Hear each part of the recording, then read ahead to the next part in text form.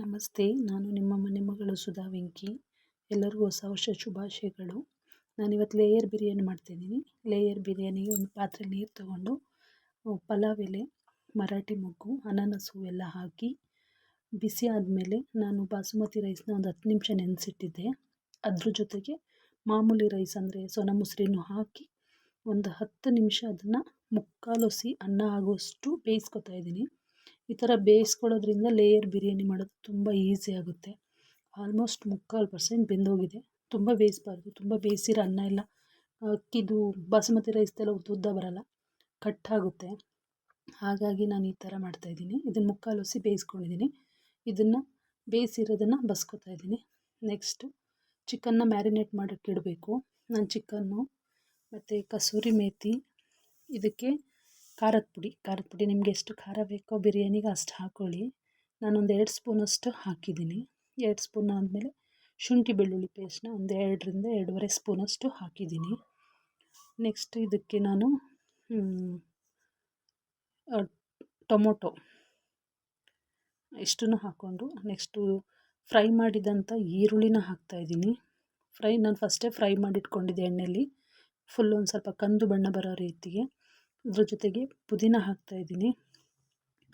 ಪುದೀನನ ಹಾಕಿ next tomato ಹಾಕ್ತೀನಿ. Tomato ಸ್ವಲ್ಪ ಹಾಕ್ತೀನಿ, ಜಾಸ್ತಿ ಹಾಕಲ್ಲ ನಾನು. ಮೊಸರು ಹಾಕೋದ್ರಿಂದ ಸ್ವಲ್ಪ ಹಾಕ್ತೀನಿ ಅಷ್ಟೇ. ನೆಕ್ಸ್ಟು ಮೊಸರು ಒಂದು ಕಪ್ ಆಗುವಷ್ಟು ಮೊಸರು. ನಾನು ಡೈರೆಕ್ಟ್ ಪ್ಯಾಕೆಟಿಂದಲೇ ಹಾಕ್ತಾಯಿದ್ದೀನಿ. ಕಪ್ಪಲ್ಲಿ ಅಳತೆ ಬೇಕು ಅಂದರೆ ಕಪ್ಪಲ್ಲಿ ಹಾಕ್ಕೊಳ್ಳಿ. ನಾನು ಹಾಗೇ ಅಳತೆ ಲೆಕ್ಕದಲ್ಲಿ ಹಾಕ್ಕೊಂಡಿದ್ದೀನಿ. ನೆಕ್ಸ್ಟ್ ಇದಕ್ಕೆ ಸ್ವಲ್ಪ ಸಾಲ್ಟನ್ನ ಹಾಕ್ಕೊಂಡು ಇಷ್ಟನ್ನು ಮಿಕ್ಸ್ ಮಾಡ್ಕೋಬೇಕು. ಲಾಸ್ಟಿಗೆ ಸ್ವಲ್ಪ ಸಾಲ್ಟು ಅಂದರೆ ಇದು ಚಿಕನ್ ಜೊತೆ ಸ್ವಲ್ಪ ಹೊಂದ್ಕೊಳ್ಳಿ ಅಂತ ನಾನು ಲಾಸ್ಟಲ್ಲಿ ಸ್ವಲ್ಪ ಸಾಲ್ಟನ್ನು ಹಾಕಿ ಮಿಕ್ಸ್ ಮಾಡಿ ಇಡ್ತಾಯಿದ್ದೀನಿ. ನೆಕ್ಸ್ಟು ಸ್ಟವ್ನ ಆನ್ ಮಾಡಿ ಅದ್ರ ಮೇಲೆ ಪಾತ್ರೆ ಇಟ್ಬಿಟ್ಟು ಅದಕ್ಕೆ ನಾನು ಸ್ವಲ್ಪ ಜಾಸ್ತಿನೇ ಎಣ್ಣೆ ಹಾಕ್ಕೊಂಡಿದ್ದೀನಿ, ಒಂದು 3-4 ಸ್ಪೂನಷ್ಟು.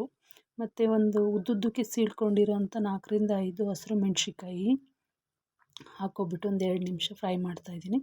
ನೆಕ್ಸ್ಟು ಉದ್ದುದ್ದ ಕಟ್ ಮಾಡಿ ಇಟ್ಕೊಂಡಿರೋಂಥ 3 ಈರುಳ್ಳಿ ದೊಡ್ಡದು, ಅಷ್ಟು ಈರುಳ್ಳಿನ ಫ್ರೈ ಮಾಡ್ಕೊತಾ ಇದ್ದೀನಿ. ಫ್ರೈ ಮಾಡ್ಕೋಬೇಕು. ಆ ಥರ ಫ್ರೈ ಮಾಡ್ಕೊಳ್ಳೋದ್ರಿಂದ ಅದರಲ್ಲಿರೋ ಹಸಿ ವಾಸನೆ ಎಲ್ಲ ಹೋಗುತ್ತೆ. ಜೊತೆಗೆ ಇದಕ್ಕೆ ನಾನು ಮ್ಯಾರಿನೇಟ್ ಮಾಡೋಕ್ಕೆ ಇಟ್ಟಿದ್ದಂಥ ಚಿಕನ್ ಅಂದರೆ ಎಲ್ಲನೂ ಕಲಸಿ ಇಟ್ಟಿದ್ದಂಥ ಚಿಕನ್ನ ಈರುಳ್ಳಿ ಫ್ರೈ ಮಾಡಿರೋದ್ರ ಜೊತೆಗೆ ಹಾಕಿ ಸುಮಾರು ಒಂದು 5ರಿಂದ 6 ನಿಮಿಷ ಕೈ ಆಡಿಸ್ಬೇಕು. ಆ ಥರ ಕೈ ಆಡಿಸೋದ್ರಿಂದ ಎಲ್ಲ ಈರುಳ್ಳಿಗೆ ಎಣ್ಣೆ ಎಲ್ಲ ಇದಾಗಿರುತ್ತಲ್ಲ, ಈರುಳ್ಳಿ ಮತ್ತು ಎಣ್ಣೆ, ಚಿಕನ್ನು ಎಲ್ಲ ಫುಲ್ ನೀಟಾಗಿ ಮಿಕ್ಸ್ ಆಗುತ್ತೆ. ಈ ಥರ ಮಿಕ್ಸ್ ಮಾಡೋದ್ರಿಂದ ಅದರಲ್ಲಿ ಮಸಾಲೆ ಎಲ್ಲ ಚೆನ್ನಾಗಿ ಬೇಯುತ್ತೆ. ಅದರದ್ದು ನಾವೇನು ಕಲಸಿಟ್ಟಿದ್ವಿ ಆ ಮಸಾಲೆ ಎಲ್ಲ ಚೆನ್ನಾಗಿ ಬೇಯುತ್ತೆ. ಈ ಥರ ಬೇಯಬೇಕು. ಬೆಂದ ನಂತರ ಅದರಲ್ಲಿ ಎಣ್ಣೆ ಬಿಟ್ಕೊಳ್ಳೋ ಇದರಲ್ಲಿ ನಾವು ಬೇಯಿಸ್ಕೋಬೇಕು. ಅದ್ರ ಪೂರ್ತಿ ಎಣ್ಣೆ ಬಿಟ್ಕೋಬೇಕು. ಆ ಥರ ಬೇಯಿಸ್ಕೋಬೇಕು. ಒಂದು 5ರಿಂದ 10 ನಿಮಿಷ ಅಂತೂ ಬೇಯಿಸಲೇಬೇಕು ಇದನ್ನು. ಈ ಥರ ನೀರು ಹಾಕೋ ಹಾಗಿಲ್ಲ, ಹಾಗೇ ಅದೇ ನೀರಲ್ಲಿ ಅಂದರೆ ಚಿಕನಲ್ಲೇ ಇರುವಂಥ ನೀರಿನ ಅಂಶದಿಂದಲೇ ಅದು ಚೆನ್ನಾಗಿ ಬೇಯುತ್ತೆ. ನೀರನ್ನ ಹಾಕೋ ಅವಶ್ಯಕತೆ ಇರಲ್ಲ. ನೆಕ್ಸ್ಟ್ ಇದಕ್ಕೆ ನಾನು ಸಾಲ್ಟನ್ನ ಹಾಕ್ತಾಯಿದ್ದೀನಿ. ನಾನು ಸ್ವಲ್ಪ ಫಸ್ಟ್ ಸಾಲ್ಟ್ ಮೊದಲೇ ಹಾಕಿರ್ತೀನಿ. ನೋಡಿಕೊಂಡು ಉಪ್ಪನ್ನು ಹಾಕ್ಕೋಬೇಕು, ಇಲ್ಲಾಂದರೆ ತುಂಬ ಉಪ್ಪು ಅನಿಸುತ್ತೆ, ಚೆನ್ನಾಗಿರಲ್ಲ. ನೆಕ್ಸ್ಟು ಒಂದು 10 ನಿಮಿಷ ಮುಚ್ಚುಳನ ಮುಚ್ಚಿ ಬೇಯಿಸ್ಕೋಬೇಕು. ಬೇಯಿಸ್ಕೊಂಡ ನಂತರ ನಾನು ನೆಕ್ಸ್ಟು ಬಿರಿಯಾನಿ ಪೌಡ್ರನ್ನ ಅದಕ್ಕೆ ಆ್ಯಡ್ ಮಾಡ್ತಾಯಿದ್ದೀನಿ. ಬಿರಿಯಾನಿ ಪೌಡರ್ 1 ಪ್ಯಾಕೆಟ್ ಅಷ್ಟು ಹಾಕ್ತಾಯಿದ್ದೀನಿ. ನೆಕ್ಸ್ಟು ಅದನ್ನು ನೀಟಾಗಿ ಮಿಕ್ಸ್ ಮಾಡಿಕೊಂಡು ನೋಡಿ ಎಷ್ಟು ಚೆನ್ನಾಗಿ ಎಣ್ಣೆ ಎಲ್ಲ ಬಿಟ್ಟಿದೆ. ಆ ಎಣ್ಣೆ ಎಲ್ಲ ಬಿಡ್ತು ಅಂದರೆ ಚಿಕನ್ ಆಲ್ಮೋಸ್ಟ್ ಬೆಂದಿದೆ ಅಂತ ಅರ್ಥ. ಚೆನ್ನಾಗಿ ಬೆಂದಿರುತ್ತೆ. ಅದೇ ನೀರಲ್ಲಿ ಬೆಂದಿರೋದ್ರಿಂದ ಚಿಕನ್ ಚೆನ್ನಾಗಿ ಬೆಂದಿದೆ. ನಾನು ಇದನ್ನು ಸ್ವಲ್ಪ ಬೌಲಿಗೆ ಎತ್ತಿಟ್ಕೊತಾ ಇದ್ದೀನಿ. ಯಾಕೆಂದರೆ ಲೇಯರೆಲ್ಲ ಮಾಡೋದ್ರಿಂದ ನಾನು ಅಡೀಲಿ ಸ್ವಲ್ಪ ಬಿಟ್ರು ಮತ್ತು ಅದ್ರ ಮೇಲೆ ರೈಸ್ ಹಾಕಿ ಮತ್ತೆ ಅದ್ರ ಮೇಲೆ ಚಿಕನ್ ಹಾಕಿ ಅದ್ರ ಮೇಲೆ ಮತ್ತೆ ರೈಸ್ ಹಾಕೋದ್ರಿಂದ ಅಂದರೆ ಲೇಯರ್ ಥರ ಚೆನ್ನಾಗಿ ಬರುತ್ತೆ ಮಧ್ಯದಲ್ಲಿ ಚಿಕನ್ ಹಾಕೋದ್ರಿಂದಲೂ. ನೆಕ್ಸ್ಟು ನಾನು ಬೇಯಿಸಿಟ್ಕೊಂಡಿದ್ದಂಥ 3/4% ಎಷ್ಟು ಅನ್ನನ ಬೇಯಿಸಿಟ್ಕೊಂಡಿದ್ದ ಆ ರೈಸ್ನ ಇದಕ್ಕೆ ಚಿಕನ್ ಗ್ರೇವಿಗೆ ಹಾಕ್ತಾಯಿದ್ದೀನಿ. ಅಂದರೆ ಅದನ್ನು ನೀಟಾಗಿ ಹರಡಬೇಕು. ಹಾಕ್ಬಿಟ್ಟು ಅನ್ನನ ಅದ್ರ ಮಧ್ಯದಲ್ಲಿ ನೀಟಾಗಿ ಹರಡಬೇಕು. ಹರಡಾದ್ಮೇಲೆ ನಾನು ಫ್ರೈ ಮಾಡಿ ಇಟ್ಕೊಂಡಿದ್ದಂಥ ಈರುಳ್ಳಿ ಮತ್ತು ಕೊತ್ತಂಬರಿ ಸೊಪ್ಪನ್ನು ಹಾಕ್ತಾಯಿದ್ದೀನಿ. ನೆಕ್ಸ್ಟು ನಾನು ಫುಡ್ ಕಲರ್ನ ಮಿಕ್ಸ್ ಮಾಡಿ ಇಟ್ಕೊಂಡಿದ್ದೀನಿ. ಆ ಫುಡ್ ಕಲರ್ನ ಸ್ವಲ್ಪ ಹಾಕ್ತಾಯಿದ್ದೀನಿ. ನಾನು ಸ್ವಲ್ಪ ಆರೆಂಜ್ ಕಲರ್ ಇರೋವಂಥದ್ದು ಸ್ಯಾಫ್ರನ್ ಕಲರ್ನ ತೊಗೊಂಡಿದ್ದೀನಿ. ಸ್ಯಾಫ್ರನ್ ಕಲರ್ ಇರೋ ಫುಡ್ ಕಲರ್ ತೊಗೊಂಡಿದ್ದೀನಿ.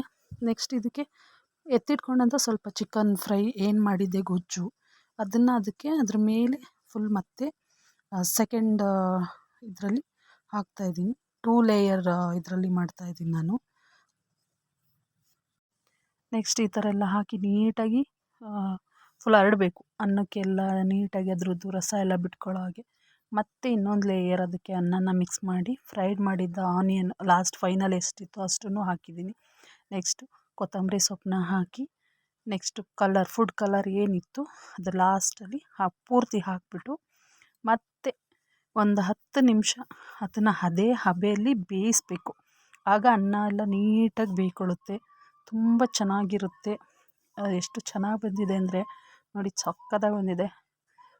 ಮಿಕ್ಸ್ ಮಾಡ್ತೀನಿ, ಮಿಕ್ಸ್ ಮಾಡಿದಾಗ ಗೊತ್ತಾಗುತ್ತೆ ಎಷ್ಟು ಚೆನ್ನಾಗಿರುತ್ತೆ ಅಂತ. ಸಕ್ಕತ್ತಾಗಿ ಬಂದಿದೆ, ಕಲರ್ ಅಂತೂ ಸಕ್ಕತ್ತಾಗಿ ಬಂದಿದೆ, ಮತ್ತು ಗೊಜ್ಜು ಇದು ಎಲ್ಲ ಸಕ್ಕತ್ತಾಗಿ ಬಂದಿದೆ. ಮಾಡ್ಕೊಳ್ಳಿ, ತುಂಬ ಚೆನ್ನಾಗಿರುತ್ತೆ. ಈ ನ್ಯೂ ಇಯರಲ್ಲಿ ಯಾವಾಗಲೂ ಮಾಮೂಲಿ ಬಿರಿಯಾನಿ ಮಾಡ್ತಲೇ ಇರ್ತೀವಿ, ಬಟ್ ಈ ಥರ ಏನೋ ಒಂಥರ ವೆರೈಟಿ ಮಾಡೋದ್ರಿಂದ ಚೆನ್ನಾಗಿರುತ್ತೆ ಅಂತ ಟ್ರೈ ಮಾಡಿದೆ. ಬಟ್ ಚೆನ್ನಾಗಿ ಬಂದಿದೆ. ನೀವು ಮಾಡ್ಕೊಳ್ಳಿ. ಇನ್ನೊಂದು ಸೈಡಲ್ಲಿ ಕಬಾಬ್ ರೆಡಿ ಆಗ್ತಿದೆ. ಎರಡನ್ನೂ ಮಾಡ್ಕೊಂಡು ನ್ಯೂ ಇಯರ್ ಸೆಲೆಬ್ರೇಷನ್ ಸೂಪರಾಗಿರಲಿ. ಹ್ಯಾಪಿ.